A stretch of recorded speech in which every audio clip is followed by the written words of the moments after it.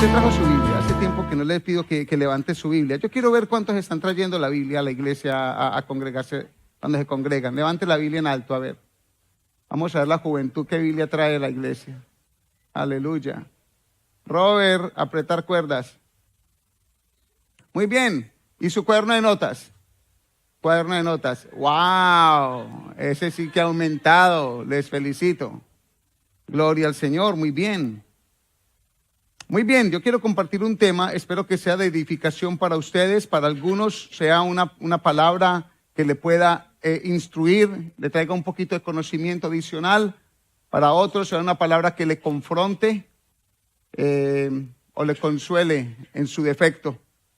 Y quisiera compartir un texto en esta mañana que está basado en el libro de Hechos, en el capítulo 19 y versículos 18 al 20. Hechos 19, versículos 18 al 20.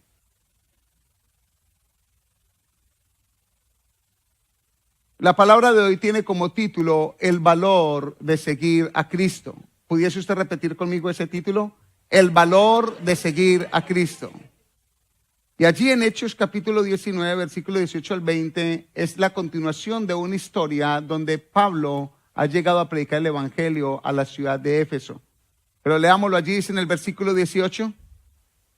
Y muchos de los que habían creído venían confesando y dando cuenta de sus hechos. Asimismo, muchos de los que habían practicado la magia trajeron los libros y los quemaron delante de todos. Y hecha la cuenta de su precio, hallaron que era 50,000 piezas de plata. Así crecía y prevalecía poderosamente la palabra del Señor. Permítame, oramos por favor. Padre y buen Dios, Señor, te damos gracias en esta mañana por tu presencia, Señor, en nuestras vidas y aquí en medio de tu pueblo que se congrega para exaltarte. Gracias, Señor, porque tú eres Dios poderoso que nos avivas, Señor, y nos cambias y nos confrontas. Y hoy clamo que esta palabra nos instruya, Dios, y Señor, cumpla el propósito por el cual es enviada del cielo a los corazones de nosotros, los oyentes. Yo clamo, Rey, que nos sirva, Señor, como palabra para edificarnos, para evaluarnos, Dios, y para priorizar cosas en nuestras vidas, Señor. Gracias por esta hermosa congregación que me permites hoy, Señor, compartirle, y por todos los que por diferido, Señor, en internet, en YouTube, en los canales de Dios de Pactos, puedan recibir la palabra también. Clamamos, Señor, que tomes control del tiempo espiritual, del tiempo físico, Señor, en nosotros, Dios, y de toda nuestra mente, Señor, para que podamos recibir tu palabra como conviene.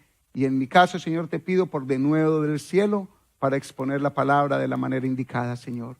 En el nombre poderoso de Jesús. Y la iglesia dice, amén, muy bien. Entonces la historia aquí es, Pablo había llegado a la ciudad de Éfeso, y Éfeso fue la tercera ciudad del cristianismo en los tiempos que comenzó la iglesia. Primero fue Jerusalén, luego Antioquía, y Éfeso fue la tercera ciudad donde el evangelio fue predicado, la tercera ciudad donde el evangelio fue creciendo con mayor amplitud. Y cuenta la palabra de Dios, si usted lee detenidamente en su casa, y la historia previa a esto, el contexto, es que Pablo había llegado a predicar allí, y dice que había llegado a la sinagoga de los judíos. Como tal, la iglesia judía, o más bien la religión judía tenía sus sinagogas en todo lugar, porque era la religión que prevalecía. Recuerde que es la religión de Abraham, de Isaac y de Jacob. Entonces Pablo había sido criado en esa religión también, en el judaísmo, pero llegó a las sinagogas, y en las sinagogas de Éfeso él compartió el evangelio por 3 meses. Un evangelio poderoso, un evangelio donde él les habló a ellos del Cristo que la profecía hablaba, del Cristo que hablaban los profetas en el Antiguo Testamento, en la Torá. Él les hablaba a ellos de la deidad de Jesús, y les trajo hasta la historia de cuando Jesús fue crucificado y que murió por nosotros. Entonces esos 3 meses de predicación en la sinagoga le dieron a él un punto de partida para iniciar la iglesia como tal, como la que conocemos, la iglesia cristiana. Y ellos al iniciar allí, Pablo, después de 3 meses, predicó por 2 años prolongadamente. Fue uno de los lugares donde más tiempo Pablo predicó la palabra. Allí en Éfeso se convirtieron grandes cantidades de personas, hubo un gran avivamiento, pero Éfeso tenía una característica como ciudad. La ciudad de Éfeso era una ciudad de mucho paganismo. Allí era el lugar del gran templo de la gran diosa Diana de los Efesios. Esta diosa Diana era una virgen en la mitología de ellos, una virgen cazadora, protectora de la naturaleza y de la luna. Y allí se adoraba como tal a Diana de los Efesios y se hacían estatuillas y se vendían y se entregaban a las personas como la protectora de la naturaleza. Entonces fue un centro de mucha idolatría. Éfeso como tal fue un lugar no solamente de idolatría a Diana de los Efesios, sino que registra la palabra que era un centro de hechicería y brujería continua. Allí la gente tenía puesta su fe en la hechicería, tenía puesta su fe y su esperanza en todo lo que eran los mediums, en lo que eran ultratumba, lo que eran los nigromantes, consultaban a los muertos. Como tal, tenían muchos libros de hechicería y brujería. Había todo tipo de pecados como en todo lugar, pero este lugar se reconocía por este tipo de paganismo. Allí fue el lugar donde Pablo llegó. Y yo me imagino a Pablo compartiendo con ellos, compartiendo la palabra y compartiendo con estos judíos y también con los gentiles del Dios de Abraham, de Isaac y de Jacob. Y me lo imagino a él llevándoles en una secuencia, mirándoles y mostrándoles la escritura que ellos conocían, no de los libros paganos, sino de la Torá, de la ley de Moisés. Y allí me encuentro en el libro de Deuteronomio, algo que seguramente Pablo les confrontó a ellos con un texto, y yo quiero que lo miremos. Deuteronomio capítulo 18, versículo 9 al 14. Y dice la palabra de Dios que esto nos sirve a nosotros en el día de hoy también. Cuando entres a la tierra que Jehová Dios, tu Dios te da, no aprenderás a hacer según las abominaciones de aquellas naciones. No sea hallado en ti quien haga pasar a su hijo o a su hija por el fuego, ni quien practique ¿qué? Adivinación, ni agorero, ni sortílego, ni hechicero. Versículo 11. Ni encantador, ni adivino, ni mago, ni quien consulte a los muertos. Lea el versículo 12 en voz alta. Porque es abominación para Jehová cualquiera que hace estas cosas, y por estas abominaciones Jehová tu Dios echa estas naciones de delante de ti. Ahora mira el comando que había desde Deuteronomio para los hijos de Dios. Perfecto serás delante de Jehová tu Dios, porque estas naciones que vas a heredar a agoreros y a adivinos oyen, mas a ti no te ha permitido esto Jehová tu Dios. Como Dios firmando en el libro de Deuteronomio, aunque haya paganos, que idólatras, y aunque haya agoreros, y aunque haya hechiceros, y brujos, y mediums, y aunque otros los consulten, a ti yo no te lo permito. Y yo creo que ya desde este momento, esta es una palabra que quizá para algunos es una palabra que primera vez le están escuchando, pero para otros es un recordatorio. Quizá nosotros hemos sido, yo creo que en nuestras tierras, nosotros venimos de países hispanos, la mayoría de nosotros, donde nuestra cultura está muy mezclada. Por un lado, la religiosidad en el Dios de Abraham, de Isaac y Jacob, o el conocer al Dios de Abraham, de Isaac y Jacob, pero por otro lado, una práctica de paganismo grande. Porque si algo tienen nuestras tierras, es que son tierras de muchas prácticas paganas y de muchas prácticas que van en contra de la voluntad de Dios. Entonces Éfeso es este tipo de población que tenía este tipo de habitantes. Gran parte de ellos eran hechiceros y gran parte de ellos consultaban a los hechiceros y a los brujos. Su fe estaba puesta en lo que dijeran estos mediums. Su fe estaba puesta en cosas espirituales, y escuche bien cuando digo cosas espirituales, porque el que cree en la hechicería, en la brujería y todo eso ya tiene una gran fe. Porque está creyendo en cosas que son verdaderas, no que son correctas, pero que sí existen. ¿Me hago entender? Porque todo eso, la palabra de Dios lo prohíbe, y lo prohíbe no porque sea una mentira, sino que lo prohíbe porque es una verdad a la cual Dios no quiere que nosotros incurramos, o Dios no quiere que nosotros visitemos. Entonces estas personas como tal ya tenían una fe bien puesta en todos estos mediums. Tenían una fe bien puesta en todos los magos y los hechiceros. Muchos se lucraban del negocio porque como tal eran magos y hechiceros, pero muchos buscaban de ellos porque querían siempre las suertes, porque querían que les adivinaran, porque querían y creían en lo místico y porque tenían sus temores y querían un conocimiento de lo sobrenatural. Allí fue donde llegó Pablo a predicar. Pero dice la Escritura, y me llama la atención cuando comienza allí en el versículo 18, que muchos de los que habían creído venían confesando y daban cuenta de sus hechos. O sea que Pablo predicó por 3 meses en las sinagogas y luego por 2 años levantó una iglesia poderosa, una iglesia de mucho avivamiento. Y la forma que predicaba Pablo y la forma que él les confrontaba por la palabra llevaba a que la gente fuera confrontada de una manera donde tomaban decisiones determinantes para sus vidas. Yo creo que nosotros en el día de hoy tenemos las mismas necesidades de que se nos confronte con la palabra, que se nos digan las cosas que se nos tienen que decir, que no se nos pongan tantos pañitos de agua tibia, sino que se nos diga una verdad para que seamos confrontados en el corazón y al final tomemos decisiones para vida o para muerte. Recuerdo lo que Josué le dijo en la antigüedad cuando iban a cruzar el mar, cuando iban a cruzar el río Jordán. Josué, cuando mira toda esa generación, por eso el libro de Deuteronomio aparece, porque Deuteronomio es la repetición de la ley. Y cuando Josué iba a pasar a la tierra prometida, ya recuerden que hacía 40 años más o menos Moisés había dictado la ley cuando bajó el monte Sinaí y le había dictado la ley a todo el pueblo que había salido de Egipto. Pero Josué 40 años después tiene una nueva generación porque la antigua murió en el desierto y ahora tiene una generación nueva y a ellos les tiene que repetir la ley. Y mire que la ley a los que salieron de Egipto como a los que iban a entrar a la tierra prometida era la misma, cuidarse de este tipo de paganismo.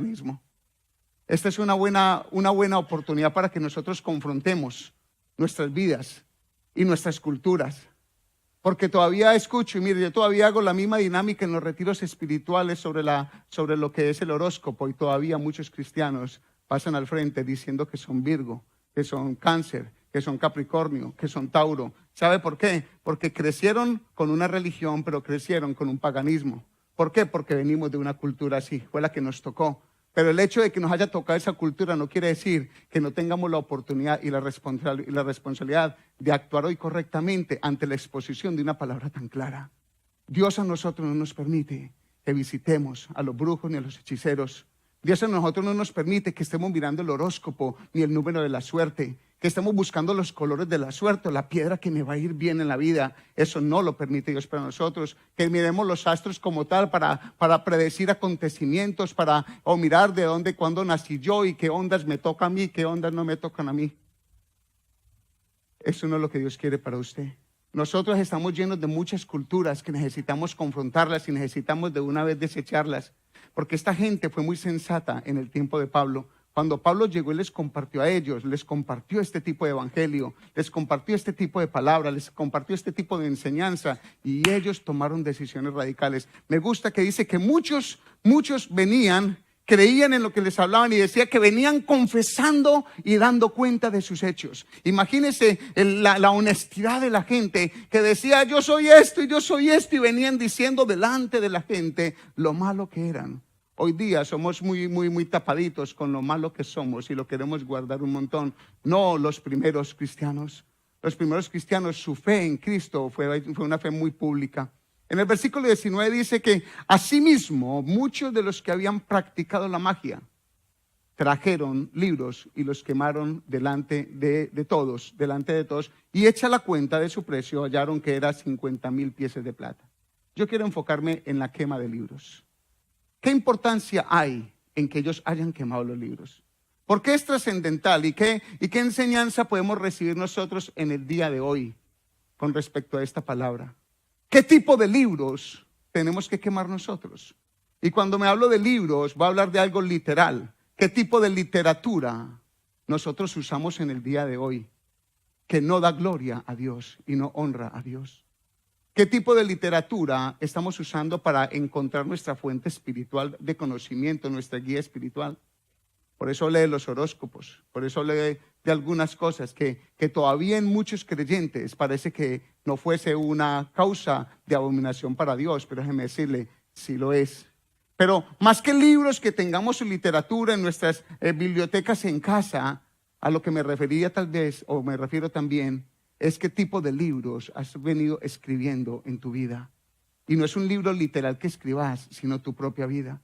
¿Qué tipo de libro, en qué tipo de libro confiamos? ¿En qué tipo de libro nos hemos edificado? Porque cada uno de nosotros escribe su propia vida. Por ahí decimos, cada uno dice, si yo escribiera un libro. ¿Usted no escuchó esa expresión? O decimos, yo pudiese escribir un libro. Y no necesariamente para contar todas las cosas buenas, sino para contar todas las cosas malas que ha hecho también. Entonces la pregunta es esa, ¿qué tipo de libro debiéramos quemar nosotros hoy día? Ellos quemaron unos libros. ¿Habrá algo importante en la quema de libros? Y yo quiero hablar de 3 puntos en el día de hoy. Lo primero es que los libros quemados revelaron su fe personal en Cristo. Escuche bien, sus libros quemados revelaron la fe personal en Jesús. Cuando ellos quemaron los libros, ellos tomaron un paso decisivo de decir, ahora Cristo es nuestra guía. Ahora Cristo es nuestro norte. Ahora Cristo es nuestra enseñanza. Ahora Cristo es nuestra verdad. Cuando ellos quemaron sus libros públicamente, lo que hicieron fue decir con eso, aceptamos a Cristo.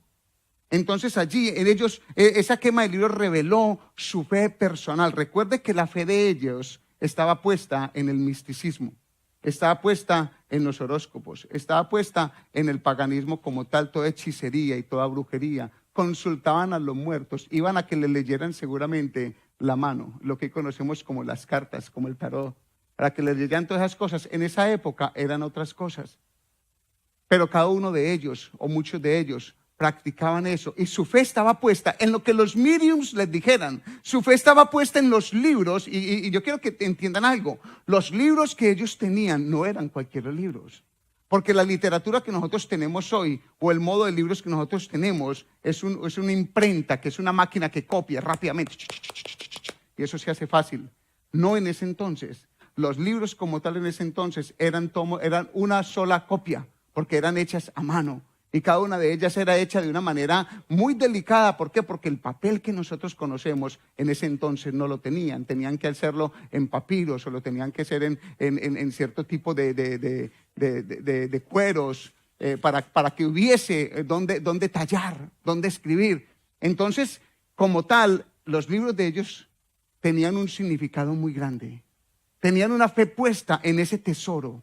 Para ellos allí estaba la fuente del conocimiento. Pero ¿qué pasó cuando les hablaron de Cristo? Cuando les hablaron de Cristo, ellos tomaron una decisión de cambiar su fe a los libros y a la hechicería y a la brujería. Dejaron de pensar en el número de la suerte, dejaron de estar poniendo esa cosita del loto por allá en un crucifijo, dejaron de poner y yo le digo por este contemporáneo. Sí, porque hoy en día es lo que uno ve en muchos lugares, que la gente le gusta hasta jugar el loto, y por ahí van y con misticismo lo ponen debajo de una Biblia, dentro de una Biblia, para que Dios haga el resto, para que la suerte venga. Y mire todo lo que nosotros como cristianos en el día de hoy, siglo XXI, practicamos. O lo digo por algunos. Yo he llegado a lugares donde he visto cositas del loto puestos en un crucifijo ahí entre los pies de Jesús. He visto de todo. Eso es agorero, eso es sortilegio, y eso es condenable delante de Dios. La fe de ellos estaba puesta en todo eso. Yo quiero que entendamos esto.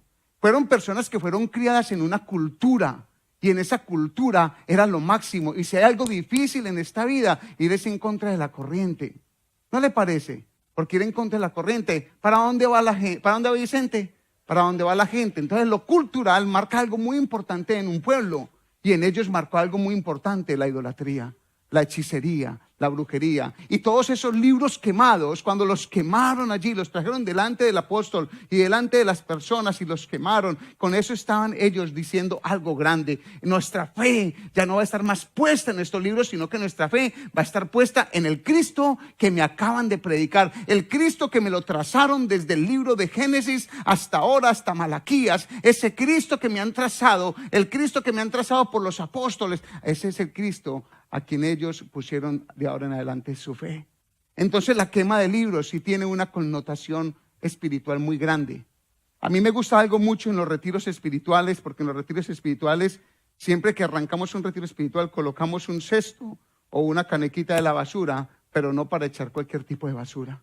Es para que la gente, a medida que va siendo expuesta al evangelio y a la palabra de Dios que traspasa y que corta más que una espada de doble filo, ellos, a medida que van escuchando la palabra en esos 3 días, y yo creo que aquí muchos somos testigos de ello, empezamos a ser confrontados con ese billetito doblado en como moñito y de dólar, así, para la buena suerte que tienen allá en la billetera. Sí, la imagen esta, el ombligo de mi hijo que tiene 65 años guardado ahí en la cartera. El cabellito de mi hijo, el primer mechoncito que lo tengo ahí para buena suerte. Y cada uno, y cuando nos reímos es porque esas son nuestras culturas. ¿Es verdad o no es verdad? Eso nos pasa a nosotros, y qué rico cuando en el retiro ponemos eso y la gente empieza a despojarse. Y yo recuerdo en mi caso personal, cuando empecé a leer la escritura hace 24 años y empecé yo a leer sobre la idolatría, eso era muy duro. Yo cerraba la Biblia. Yo cerraba la Biblia porque a mí me enseñaron la idolatría, a mí me enseñaron las imágenes, a mí me entregaron las imágenes, las cositas de la Virgen, de Jesús, del divino niño. Mire, el niñito ese de plástico de carey que se pone en los pesebres. ¿Recuerdan de hule? Que se coge un plástico que uno lo coge.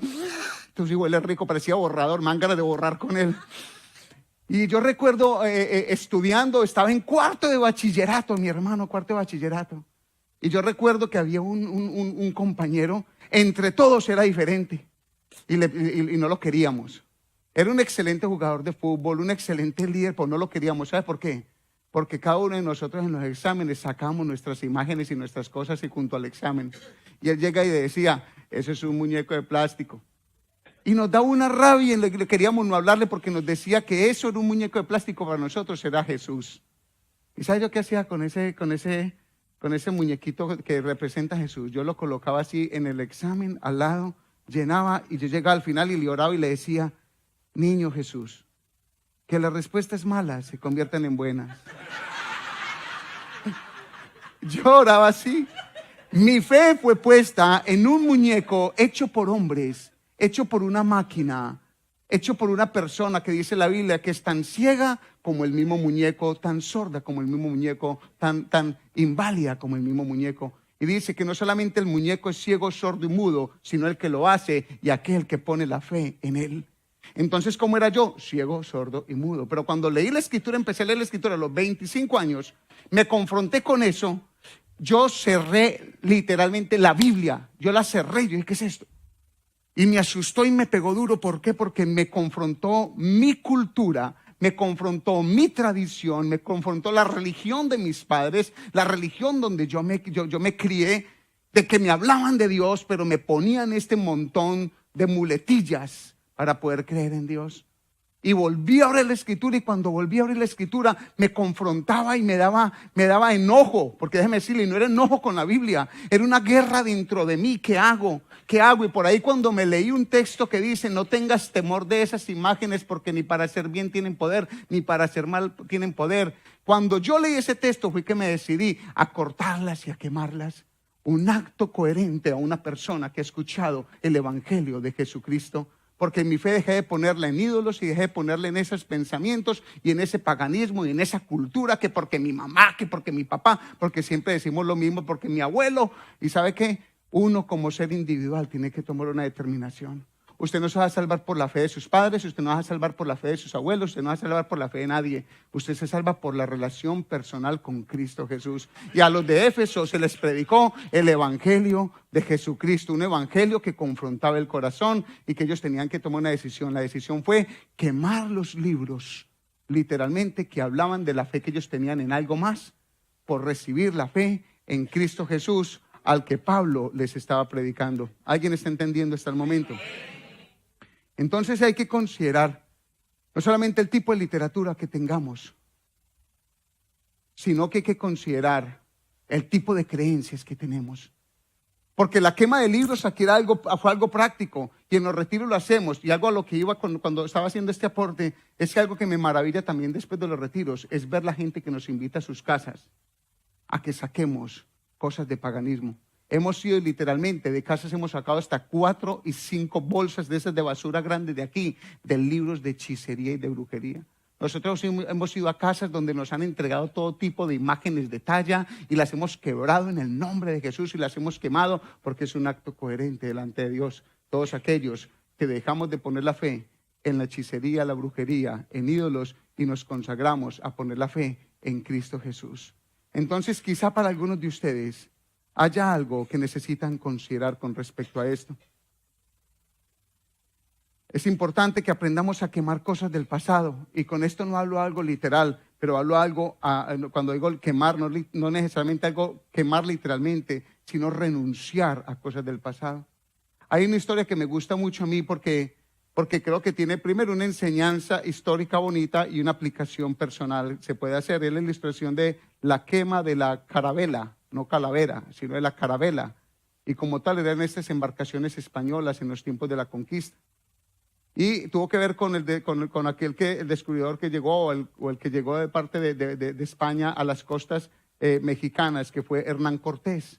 Y dice la historia que Hernán Cortés, cuando se bajó con todos los marinos, con todos los que vino a las costas de México y encontraron esa nueva tierra para ellos, descendieron de la carabela, se bajaron en las pequeñas embarcaciones y cuando estaban allá abajo, él mandó a quemar la carabela. La mandó a quemar, ¿sabe por qué? Porque quemó con eso un vínculo hacia España. Él con eso les dijo a ellos, o conquistan o mueren, pero quemó su puente. Y muchas veces nosotros los creyentes necesitamos aprender a quemar nuestros puentes con el pasado. Necesitamos aprender a desechar cosas que tenemos del pasado que no nos queremos soltar. Entonces queremos crecer en la fe en Cristo, pero todavía queremos tener vínculos con cosas paganas. Usted necesita aprender a quemar las cosas paganas que Dios detesta y que son abominación para Dios y que le hacen daño a usted. ¿Cuál será el vínculo que usted tiene? ¿Con qué usted tiene un vínculo? ¿Con qué hay tan poderoso dentro de usted que es cultural o es religioso y que ante la palabra usted tiene un choque? Yo le digo y le invito en este día, tenga un acto coherente, renuncie y queme esas cosas del pasado que no le permitan enfocarse en la fe del Cristo, que es el presente y que es el pasado y el futuro. Lo segundo es que los libros quemados fueron un testimonio público de Cristo. Escuche bien, ahora no solamente la fe en Cristo, sino un testimonio público. Diga público, diga público. Dice asimismo, muchos de los que habían practicado la magia trajeron los libros y los quemaron delante de todos. Mire que lo que ellos hicieron al traer los libros fue quemarlos uno al oculto. Lo quemaron delante de todas las personas. Un testimonio público, un testimonio delante de la gente, un testimonio que estaba diciendo, mi fe ahora no está en esto, sino que mi fe está en este Jesús, y no ahora lo hacían en lo oculto, sino que lo hacían en lo público. Y aquí hay una enseñanza muy grande de la quema de libros en lo público, y présteme su atención, por favor. ¿Sabe por qué? Si usted quiere algo peligroso para su vida espiritual, lleve una vida cristiana privada. Escuche bien, si usted quiere algo peligroso en su vida espiritual, lleve una vida cristiana privada y camuflada. Me explico. Cuando usted no habla de quién es usted de entrada en un lugar, usted tiene la oportunidad de caer y de pecar muy fácil. ¿Sabe cuál ha sido una de mis banderas en este país cuando yo llegué a la edad como creyente, a los 30 años, yo me convertí a los 25, a los 30 años ya había sido instruido por mi Señor, con mis pastores y había recibido una enseñanza sólida de la fe en Jesús. Y cuando yo me vine para este país, se me quedó mi esposa y mi niña en Colombia, un hombre de 30 años, un hombre con fuerza y con mucho vigor. Y cuando me vengo para este país, encuentro lo que todos los hombres encontramos en este país y todas las mujeres. Los hombres encontramos más mujeres y también bonitas. Y aquí aparece la tentación y aparecen las oportunidades. Y yo a los 30 años llegué a este país, pero ¿sabe de entrada cómo llegué? Llegué con una Biblia en la mano. Yo llegué con una Biblia en la mano y con esa Biblia, donde yo llegaba, yo me identificaba mi fe en el Señor Jesucristo. Y donde yo llegaba, yo decía, Dios te bendiga. God bless you. May the Lord Jesus bless you. Yo recuerdo estas palabras muy claras. Y donde llegaba, empezaba a hablar de la fe en Jesucristo. ¿Y sabe para qué me servía todo eso? me servía como un escudo de protección, porque hacía de mi vida un testimonio público de en quién creía yo, que era en Jesús. A diferencia de otros que han conocido a Cristo y cuando llegan a un lugar se quedan callados y no dicen Dios te bendiga, ni leen la Biblia, ni oran con la gente, ni mencionan nada de la fe, son vulnerables, porque el día que se les presente una tentación, al fin y al cabo no tiene algo de lo que se tengan que avergonzar, porque nunca han dejado un nombre, sobre todo un nombre en alto, que es el de Jesús. Pero cuando usted habla de Jesús en todo lugar, cuando usted llega a la universidad y de entrada usted habla de yo soy cristiano.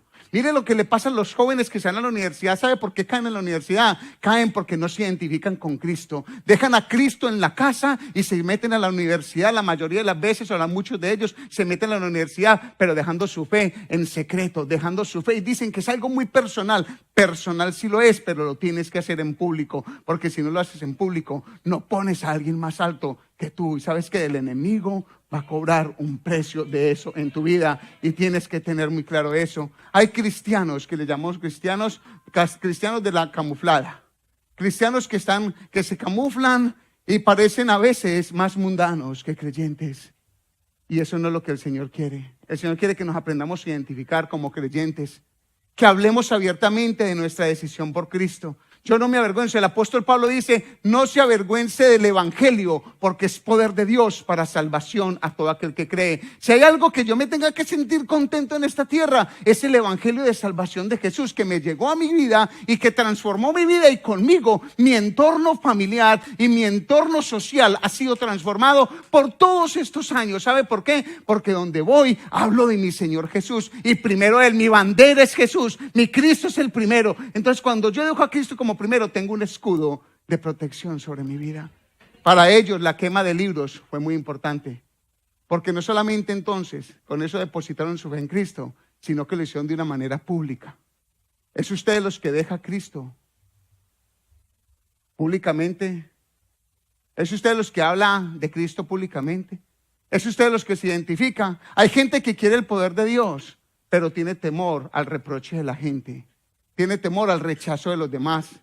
Si hablo de Cristo en el trabajo, de pronto me echan. Mi hermano, que lo echen, hermano. Pues no le quite el valor. No se quite su protección. Esas son cosas que se fue del edificio completo. ¿Sí están entendiendo? La quema de libros fue importante. Mire tan sencillo ese texto, pero todo lo que significa ese texto. Con ese texto, cuando ellos quemaron los libros, lo hicieron confesando que ya su fe no estaba en ese paganismo de la hechicería y la brujería, sino que ahora estaba en Cristo Jesús. Lo segundo es que ellos allí públicamente lo hicieron, porque tenían que identificarse públicamente. ¿Sabe que Jesús murió por usted? Escuche bien, que sabe que Jesús se bautizó públicamente. ¿Usted sabía eso? Jesús se bautizó en el río Jordán por Juan el Bautista, su primo, y lo hizo públicamente. Hubo testigos en la tierra y hubo testigos del cielo. Dice que Dios Padre halló y decía, este es mi Hijo amado en quien tengo complacencia. Y el Padre habló y el Espíritu Santo reposó como una paloma sobre el Señor Jesucristo. Y toda la gente allí, había testigos en la tierra y en el cielo. Muchos cristianos no se quieren hoy bautizar porque les da pena. Aceptan la fe en Jesús, pero no quieren bajar a las aguas como un acto público porque hay que dirán. Ay, ¿qué pensará mi mamá? Ay, ¿qué pensará mi novia? Ay, ¿será que esto? Ay, de aquello estoy pasada de moda. Se avergüencen de Cristo. ¿Sabe que el evangelio es tan sencillo y tan poderoso como eso? Usted cree en Jesús y usted lo cuenta públicamente. Y usted lo manifiesta públicamente, aún con el bautismo. Mire, Jesús se bautizó por usted públicamente y murió en la cruz públicamente. Jesús no murió en secreto, murió expuesto delante de toda la gente en Jerusalén, en un día festivo muy importante. Él murió expuesto, escuche, delante de todos los de la sinagoga, murió expuesto delante de los soldados romanos, delante de la gente en común. ¿Sabe que eso es muy importante? Él resistió ese oprobio. ¿Está usted dispuesto a morir al pecado públicamente para agradar a Cristo, aunque lo rechacen los amigos? Porque cuando usted como joven, usted se decide por Cristo, hay unos amigos que lo van a rechazar. ¿Por qué? Porque lo ven demasiado santo, demasiado bueno. It doesn't matter, I don't care, I just care for Christ. That's the only thing you gotta say. Es lo que le toca a uno al final decir, no me importa si me quieres o no, ¿sabes qué me importa? Es que Cristo me ama y me importa es agradar a mi Señor Jesucristo. ¿Alguien está entendiendo? Bendito sea Dios. Y lo último, esa quema de libros fue importante, porque con esa quema de libros, ellos le dieron el valor correcto a Cristo. Con esto manifestaron el valor en Cristo. Dice la Escritura aquí que hecha la cuenta de su precio, hallaron que era 50,000 piezas de plata.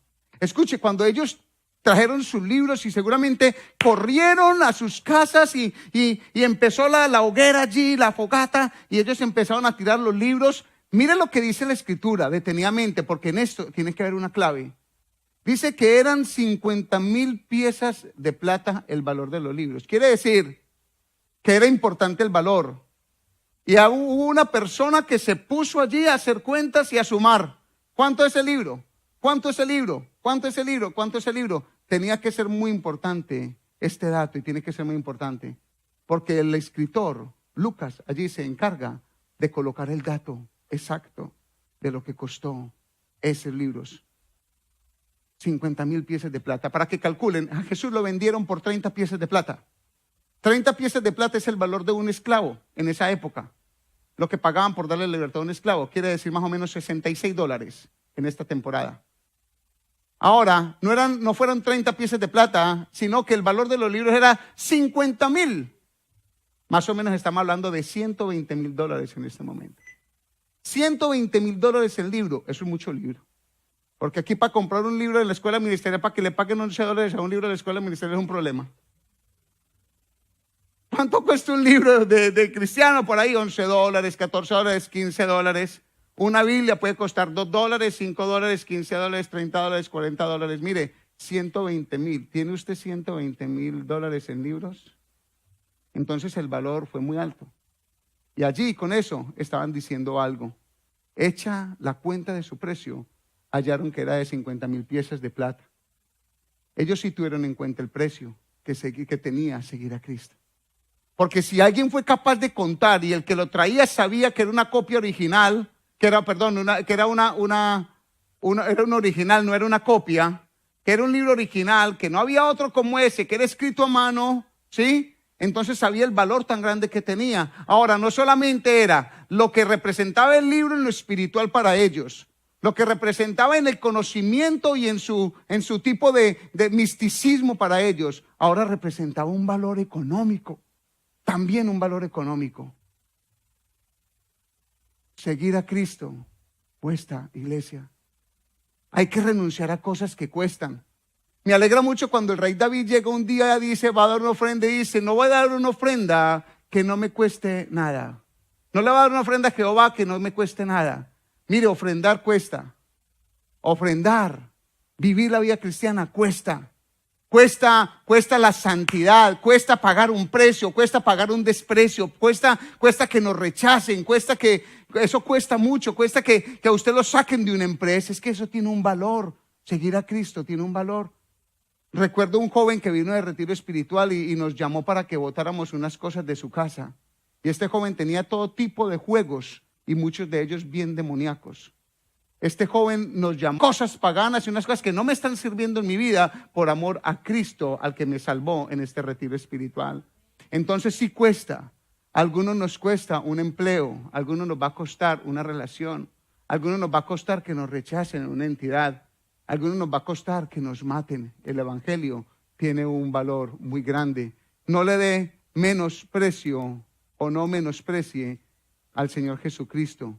Aprende a entender que la vida cristiana tiene un valor y que poner la fe en Jesús como tal tiene un valor. Ellos quemaron estos libros y con eso manifestaron el valor que le dieron a Dios en sus vidas.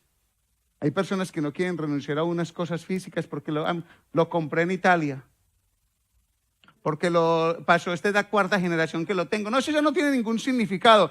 Sí, pero es una deidad pagana. Ella no tiene ningún significado, pero si es una deidad pagana y todavía lo tienes porque tiene un valor sentimental y amoroso. Mi hermano Jesús, mi hermano querido, Jesús, no Jesús que está por allí, mi hermano querido, Jesús la dio toda por nosotros. ¿Está usted dispuesta a darla todo por Dios? Póngase en pie, por favor.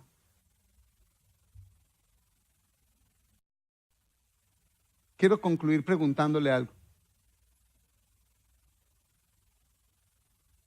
¿Qué es lo que le impide entregarse totalmente al Señor? Let me ask you that question. What is not allowing you to give yourself totally to Christ? Is there anything that is stopping you to give all your heart, all your life to Christ? What is it? ¿Qué es lo que te está impidiendo entregarle todo a Cristo? Míreme, por favor. I need your attention. ¿Qué es lo que te impide? ¿Qué es el puente que tienes con el pasado que Dios te dice rompe de una vez por siempre? Hay personas que quieren el poder de Dios, la gloria de Dios, pero todavía quieren seguir en el deleite de cosas pecaminosas que no son correctas delante de Dios. Se necesita romper con vínculos del pasado. Necesitas quemar tus libros. ¿Cuál es el libro que tienes que quemar? Quizá algo literal como algo espiritual en tu vida. ¿Alguien está entendiendo la palabra? Levante sus manos, por favor. Padre y buen Dios, yo clamo por esta iglesia y te doy gracias por este pueblo, Señor. Y te doy gracias por tu salvación, Dios. Gracias, Cristo, por morir por nosotros.